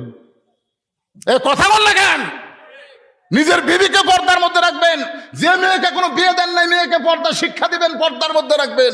যদি আপনার বাপ মা আগে মারা যায়, আপনার বোন যদি আপনার অধীনস্থ থাকে বিয়ে হওয়ার আগ পর্যন্ত, ওই বোনকেও পর্দার শিক্ষা দিয়ে পর্দার মধ্যে রাখা লাগবে। ধরে কোন ঠিক কিনা কথা বলেন? যদি না করবার পারেন তো বুঝতেছেন, হাত তো তুললেন, পারবেন, চেষ্টা করবেন ইনশাল্লাহ। আগামীকাল থেকে হাজারের মায়ের দিয়ে খেয়াল থবেন। খালি বিয়া খেয়াল হওয়ার কারণে আদম নবীর অবস্থা কি? আল্লাহ যখন জান্নাত থেকে বাইর করে দিচ্ছেন আদমকে, আল্লাহ আমার কোনো দোষ নাই, আপনি আমার খামাখা জান্নাত থেকে বাইর করে দিচ্ছেন। আল্লাহ বলে, আদম আসলেই তোমার দোষ নাই, কিন্তু তোমার একটা মারাত্মক ভুল আছে। বলে, কি ভুল? তুমি হাওয়ার দিকে খেয়াল করোনি। তুমি যদি হাওয়ার দিকে খেয়াল রাখতে তাহলে হাওয়া গন্ধম গাছের কাছে যাওয়ার পারতো না। হাওয়ার দিকে খেয়াল রাখলে হাওয়া শয়তানের ওয়াজ শুনবার পারতো না। হাওয়ার দিকে খেয়াল রাখলে হাওয়া ওই গন্ধম শরবত করে তোমাকে খাওয়ার পারতো না। তুমি খেয়াল করছো? তো বইয়ের দিকে খেয়াল করার দরকার আছে না? কথা কর না কেন? মেয়ের দিকে খেয়াল করার দরকার আছে না নাই? এগুলো খেয়াল করবেন, পর্দার মধ্যে রাখবেন, পর্দার ওয়াজ শেষ। এবার চলে আসি মূল আলোচনায়। আত্তাকুল্লাহ হাক্কা তুকাতিহি ওয়ালা তামুতুন্না ইল্লা ওয়া আনতুম মুসলিমুন। আব্দুল্লাহ বলতেছে, দুনিয়ার সবাই যখন ঘুমায়, আমি ঘন্টে চেতন পেয়ে দরজা খুলে দেখি বাবার হাতত একটা পাঞ্জাবি। আমি খুশি হয়ে বললাম, বাবা, ও বাবা, আমি বাইতুল মাল থেকে একটা পাঞ্জাবি পাইছি বাবা, আপনি গভীর রাত্রে আমাকে আর একটা দিবে রাখছেন? ওমর ফারুক আল্লাহর কোরআন থেকে বললেন, ইন্নাল্লাহা ইয়ামুরুকুম আন তুআদ্দুল আমানাতি ইলা আহলিহা ওয়া ইযা হাকামতুম বাইনান নাস আন তাহকুমু বিল আদল। জোরে আল্লাহু আকবার। আব্দুল্লাহ রে, এই পাঞ্জাবিটা আমার ভাগে পড়ছে, এখন তুই বল, এই খাটো পাঞ্জাবি গাওয়াত দিয়ে আমি আগামীকাল ইমামতি করলে কেমন দেখায়? কারণ মুসল্লিরা খাটো পড়ুক সমস্যা নাই, কিন্তু হুজুরের সমস্যা নাই। আমাকে একজন মোবাইল করে বলছে, হুজুর ইমামের দাড়ি যদি এক মুষ্টি নিচে হয় তার পাশে নামাজ হবে? আমি কইলাম, কে ভাই, ইমামের দাড়ি এক মুষ্টির কম তুমি কেমনে বুঝলে? আমি দূর থেকে মাফ করছি হুজুর, ইমামের দাড়ি আর দূর থেকে আমি মুঠ দিয়ে মাপিছি, মনে হয় খাটো হবে। দেখছেন, ইমামের দাড়ি এক মুষ্টির নিচে হচ্ছে, তাই মানুষ ফতুয়া চাচ্ছে। আর সালাউদ্দিন একজন দাড়ি মোট চাঁচা ব্যক্তিকে জাতীয় ইমাম কছে, ধরে কোন কথা ঠিক না? সালাউদ্দিন রাখলি নেই।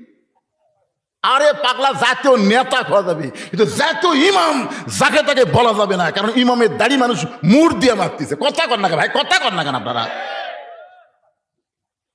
কি দিয়ে মারতেছে? আমি বললাম, কে ভাই তোমার দাড়ির খবর কি?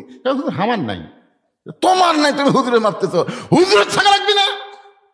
যেই বাংলাদেশের দাড়ি মানুষ মুর্দে মাফে, সেই বাংলাদেশে দাড়ি মত চাঁচা কোনোদিন জাতীয় ইমাম হতে পারে না। দরকার পারে, তবে জাতীয় নেতা কবার পারবেন, ইমামতি করা ইমাম বলতে পারবেন না। ইমাম একটা ব্যাপক অর্থবোধক শব্দ। ওমর ফারুক বিন আব্দুল্লাহ, এই খাটো পাঞ্জাবি পরে আমি কেমনে খুতবা দেব, তাই তোর কাছে আইছি বাবা, তোর কাপড়টা যদি আমাকে একটু দান করে দিস। আব্দুল্লাহ বলে, গভীর রাত্রে আমার অংশটুকু আমার বাবাকে দান করে দিয়া বাবার পিছনে পিছনে আমি রওনা দিলাম। বাবা ঘরের মধ্যে ঢুকে তার পাঞ্জাবি আমার পাঞ্জাবি একত্র করে সেলাই করে লম্বা জুব্বা বানায়া সেই জুব্বা পরে খুতবা দেয়। এখন বলো বাবার খুতবা শোনা যায় কিনা যায়? সমস্ত সাহাবীরা চিল্লায় বলে, আল্লাহর কোরআন দিয়ে যখন রাষ্ট্র চলবে, আত্তাকুল্লাহ হাক্কা তুকাতি এমন ভাবে অর্জন হবে, এমন ভালো মানুষকে মুসলমানেরা নেতা হিসাবে দেখতে পাবে। ভালো নেতা যখন দেখবেন, তখন মুসলমান হয়ে মরা কিন্তু কঠিন না। আপনারা বলেন তো, কোন ইবাদত না করলে মুসলমানিত্ব থাকে না? জানেন না? লা সলাতা লা দীনা, যার নামাজ নেই তার কোনো ধর্মই নেই। কেবাদান মাগরিব এসে পড়ছেন, এদের বাবা বলছি মাথা সকালে হবে না তো, চেহারা তো কি যেন কয়, রমজান মাসে এক লোক আমার কাছে বসে বলতে, হুজুর আজকে দিন যে গেল হুজুর, কলজা ফাটে যাচ্ছে হুজুর, ওই এরকম বারবার কোয়াতে আমি ওর কাছে ডাকলাম, কানে কানে বললাম, তুই তো রোজা নাই। হুজুর আমি রোজা নাই, আপনি কেমনে জানলেন? আরে পাগলা, রোজাদারের জন্য দুইটা সুসংবাদ, একটা হলো ইফতারের সময় আর একটা আল্লাহর সাথে দেখা। ইফতার সামনে পেতে হাই হাই হাই করতেছিস, আমার মনে হয় তুই রোজা নেই। হুজুর আপনি কেমনে বুঝলেন? আমি বললাম, পাগলা তোর সোপা দেখি বোঝা যায়, সোপা দেখলেই বোঝা যায়। কি ভাবতেছেন মাগরিব এশার নামাজ বাদ দিয়ে আওয়াজ শুনতেছেন, ফজর পড়বে? আই রে ফজরের সুবিধা কষ্ট ভাই। আর সালাতো খায়রুন মিনান নাওম যখন মুয়াজ্জিন কয়, উনি আসলে 3.5 হাত, আজান শুনে 2.5 হাত, একেবারে পা টাইনা বুকের কাছে, মাথার উপর কম্বল দিছে, জানলা দিয়ে তাকায় দেখেন মানে চাউলের বস্তা ঢেকে থাকছে। আগা নাই, পাছা নাই, মাথা নাই, গেল কোথায়? আস্তে করে ঘরের মধ্যে যায়, খালি কম্বল টানতে দেখেন, কম্বলের মধ্যে ওর সাইজ আর সকালবেলা সাইড ঠিবে কুত্তার সাইজ একই সাইজ। আমার সঙ্গে এখন বলা লাগবে, ফজরের নামাজ বাদ দিয়ে ঘুম পাড়ে যারা কুত্তার আমল করে তারা, আমি যেই বলো ফজর নামাজ বাদ দিয়ে ঘুম পাড়ে যারা, আপনার সকলে জবান করে বলবেন কুত্তার আমল করে তারা। ফজরের নামাজ বাদ দিয়ে ঘুম পাড়ে যারা, আপনারা ভাবতেছেন হুজুর আগে যাওয়াই ভালো হয়েছিল, টাকা যখন আদায় করলেন তখন যাওয়াই ভালো আছে হুজুর, আপনি আমাকে মুখ ধরে কি বলে দিচ্ছেন? ভাইজান শোনেন, যদি খালি মনে মনে তওবা করেন আর যদি নিয়ত করেন আজ থেকে ইসলাম বাঁচাবার জন্য, মুসলমানিত্ব রক্ষা করার জন্য একটা ওয়াক্ত নামাজ বাদ দেব না, এই নিয়ত করার সাথে সাথে যত নামাজ না পড়ার পাপ হয়েছে আল্লাহ সব মাফ করে দিবার পারে। ধরে কারণ পারে কি পারে না? ধরে কারণ পারে কি পারে না? মসজিদের উন্নয়ন কল্পে মাহফিল, মসজিদের উন্নয়ন মানে কি? টাকা আদায় করা না, মুসল্লি আদায় করা, মুসল্লি আদায়। আপনারা এই বাউস্তা গ্রামের যারা মাহফিল করতেছেন, এই গ্রামে 2টা মসজিদ তো, হ্যাঁ আবার কি ফতুয়া নাকি? ফতুয়া এই গ্রামের যারা মসজিদের উন্নয়ন কল্পে মাহফিল করতেছেন তারা কারা কারা একটু হাত তোলেন তো বাবা।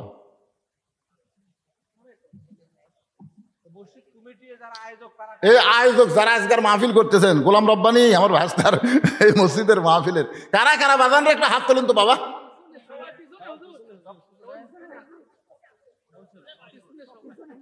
ও আচ্ছা, পিছনে। আচ্ছা, এই যারা দাঁড়িয়ে আছে এরা কোন এলাকার?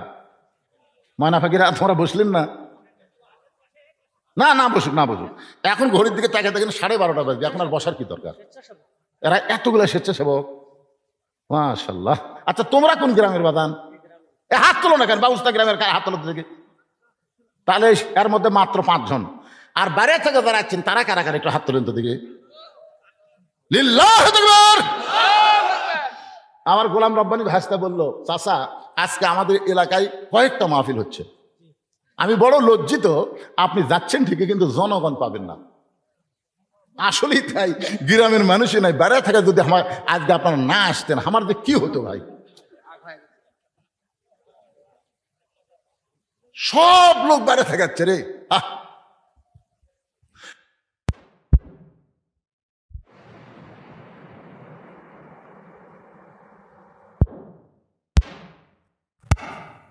আলোচনার শেষ অংশে বাজান একটু মনোযোগ দিয়ে শোনা লাগবে। আমি কিন্তু আমার ওয়াজের বয়স হলো 42 বছর। কয় বছর? 42 বছর ওয়াজ দিয়ে আমার মনে হয় না 42টা নামাজি হচ্ছে, এটা আমার মনে হয় না, হতেও পারে। তাহলে 42 বছরের ওয়াজ দিয়ে 42টা নামাজি হলো কিনা তার কোনো গ্যারান্টি নাই। তবে আমি রাসূলের জীবনে যখন পড়ি তখন একটু আরামই লাগে, আনন্দই লাগে, কারণ নবী 13 বছরের মক্কার জিন্দেগিতে কলেমার দাওয়াত দিয়ে পিটন টিটন খাইয়া ঘরের মধ্যে বন্দি করে এত কিছু করার পরে মুসলমান হয়েছে মাত্র 320 জন। 13 বছরে নবীর এত কষ্টের ফল হচ্ছে 320 জন। ধরে কোন কয়শো জন? 320 জন। তার মধ্যে 17 জনক ওরা পিটাই মারিছে। আল্লাহ রাসূল হিজরত করে যখন মদিনাত গেলেন, 8ম হিজরিতে মাত্র 8 বছর পরে নবী 10,000 সাহাবী নিয়ে মক্কা বিজয় করলেন। তাহলে 13 বছরের সংখ্যা হলো 300, আর 8 বছরে আপনারা কন্ত কি ভেলকি এই কয়টা কে হাঁটে রে? এই কয়টা তারা হাঁটতেছে, দেখেন তো এটা কারা? আরে পাগল, ওয়াজ শেষ করলাম তো, শেষের পয়েন্ট যদি না শোনেন ওদের কি বুঝবেন? একটু মনোযোগ দিয়ে শোনা লাগবে ভাইজান। এখান থেকে হাঁটে হাঁটে বাড়ি যাচ্ছে, যাওয়ার গ্যারান্টি নাই রে পাগলা। বহু লোক মোটর সাইকেল নিয়ে তাড়াতাড়ি বাড়ি যাবি, এমন জায়গা মার খাচ্ছে, হাসপাতাল যাওয়া লাগছে, তখন কি করবো? এতক্ষণ ধরে ওয়াজ শুনতেছেন, আত্তাকুল্লাহ হাক্কা তুকাতিহি, লাস্টের কথা হলো মুসলমান না হয়ে মরা যাবে না, সে মুসলমান হওয়ার কথা শোনা লাগবে না? হ্যাঁ, একটু মনোযোগ দেন। তাহলে কি বুঝলেন? 13 বছরে মুসলমানের সংখ্যা 300, নির্যাতন নিষ্পেষিত 17 জন শেষ। আর 8 বছরে, মাত্র 8 বছরে মদিনা জীবনী 10,000 সাহাবী নিয়ে মক্কা বিজয়। আমি যে কথা বলতেছি 42 বছরের ওয়াজ দিয়ে 42 জন নামাজি হচ্ছে কেনা এটা আমার জানা নাই, কিন্তু যেটা বলতেছি, নবী কিন্তু নামাজ পাইছে হিজরতের নবুয়তের 10ম বৎসরে। হুজুর আমার সাথে আছে, নবুয়তের 10ম বৎসরে নবীকে আল্লাহ 5 ওয়াক্ত নামাজ দিছে। এরপরে নবী 3 বছর মক্কায় ছিলেন, 13 বছর 3 বছর মক্কায় ছিলেন। যখন নবী কোরআন পড়তেন, আকিমুস সালাত, নামাজ কায়েম করো। আল্লাহ নবী বলেন, আল্লাহ যতবার আপনি কোরআনে নামাজের কথা বলেছেন, প্রত্যেকবারই নামাজ কায়েমের কথা বলেছেন, কিন্তু নামাজ পাইলাম ঠিকই কায়েম করার পরিবেশ পাচ্ছি না। আল্লাহ বলে, হাবিব মক্কায় কেমনে নামাজ কায়েম করবেন? কারণ মক্কার ইমাম হলেন আপনি, আর নেতা হলো আবু জেহেল। মক্কার ইমাম হলেন আপনি, নেতা হল আবু জেহেল। আবু জেহেলের মতন নেতা যতদিন থাকবে ততদিন নামাজ কায়েম হবে না। নামাজ যদি কায়েম করতে চান, যিনি ইমাম হবে তিনাকেই নেতা হওয়া লাগবে। যিনি ইমাম তিনি নেতা। বলে সেটা কবে? বলে সেই ব্যবস্থা হচ্ছে। আল্লাহ তাআলা নবীকে হিজরত করালেন মদিনায়। মদিনার জীবন মাত্র 10 বছর। জোরে কোন কয় বছর? এই 10 বছরে নবী শুধু নবী ছিলেন না, নবী হয়ে গেলেন মদিনার রাষ্ট্রপতি। সুবহানাল্লাহ বলে।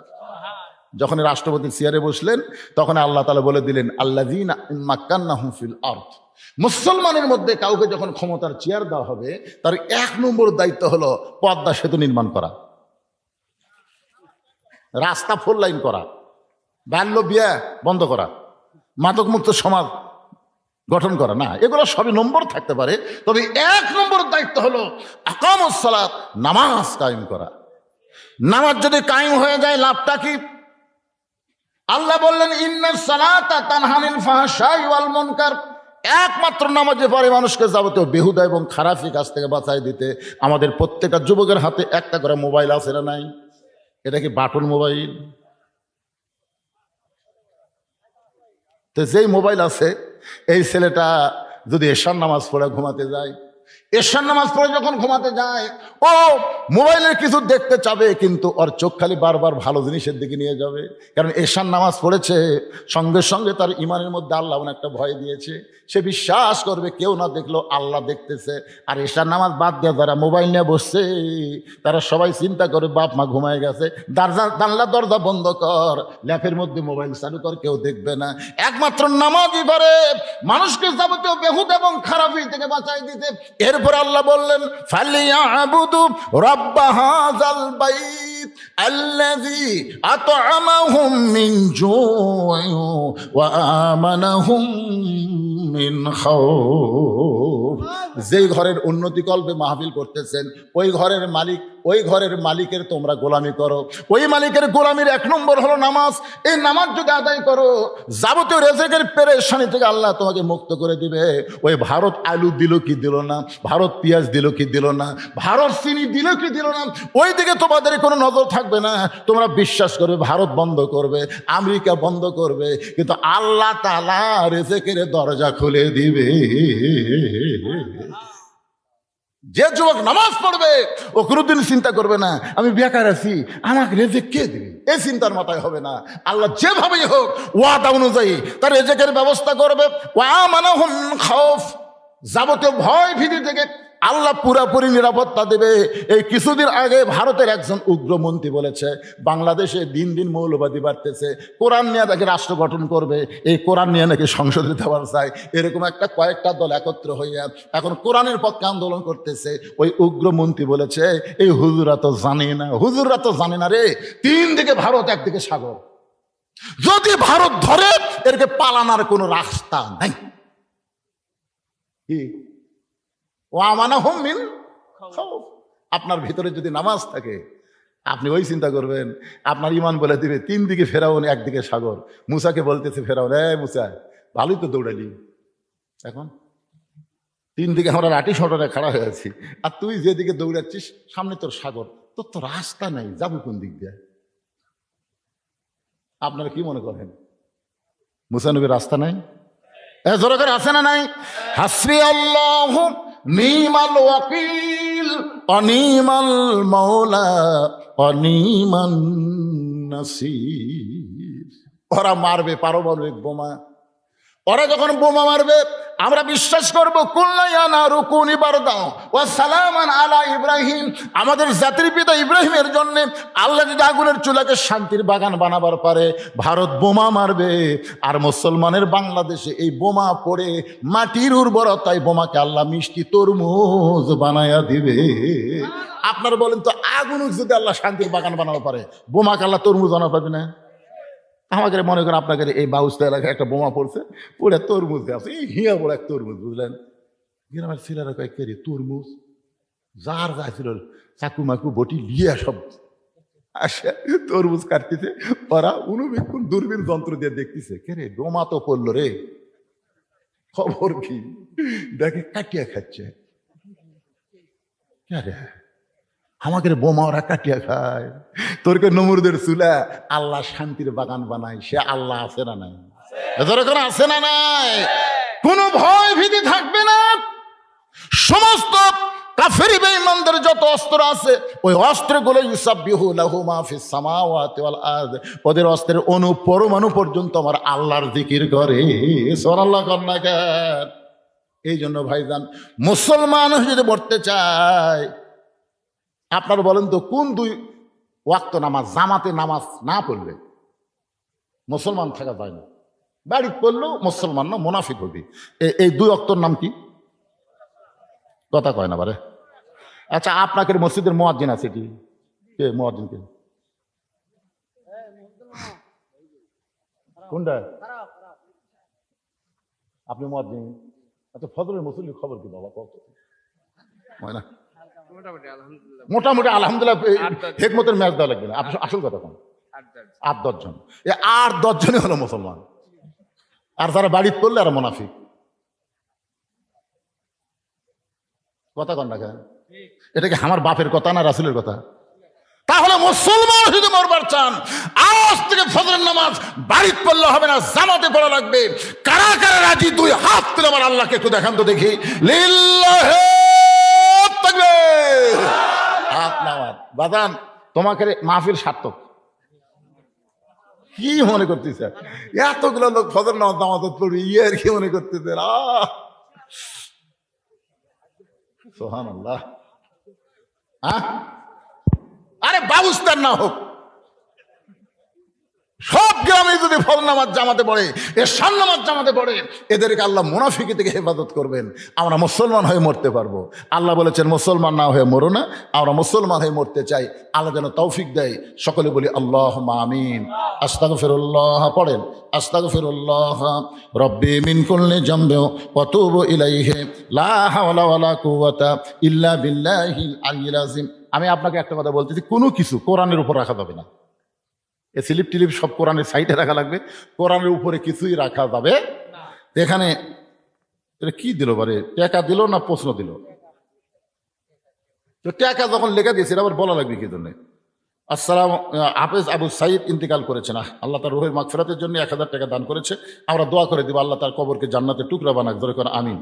মোনাজাতের পূর্বে সভাপতি মহোদয়কে কথা বলার সুযোগ দেবেন ইনশাআল্লাহ। সিমের ধান আলু সহ বাকি আদায়ের ব্যবস্থা করবেন। আপনারা গ্রামের লোক দিবেন, বেড়ার লোকের দরকার নেই। যে কয়টা অফিসার এই গ্রামে আছে তারপর ধরে মসজিদের কি কি লাগবে সব নেবেন। কি মনে করছেন বাইরের লোকের টাকাতে মসজিদ করা লাগবে? এই গ্রামের লোক সবাই মিলে চেষ্টা করবেন, আপনারাই দিবেন। যার দেওয়ার সামর্থ্য আছে, এখানে আসে নাই হয়তো, তাই বাড়িতে আছে, ধরবেন দিবেন ইনশাল্লাহ। এই একজন উঠবেন না ভাইজান, একজন উঠবেন না। আমি আপনার দিনে একটা মোনাজাত করতে চাই, হতে পারে জীবনের শেষ মোনাজাত, হতে পারে ভাইজান। সবাই বসেন ধৈর্য নিয়ে। এখন আজকের মাহফিলের সভাপতি হুজুর কি বলবেন? জি, একটু মাইক দেন। যাবে যাবে দাও।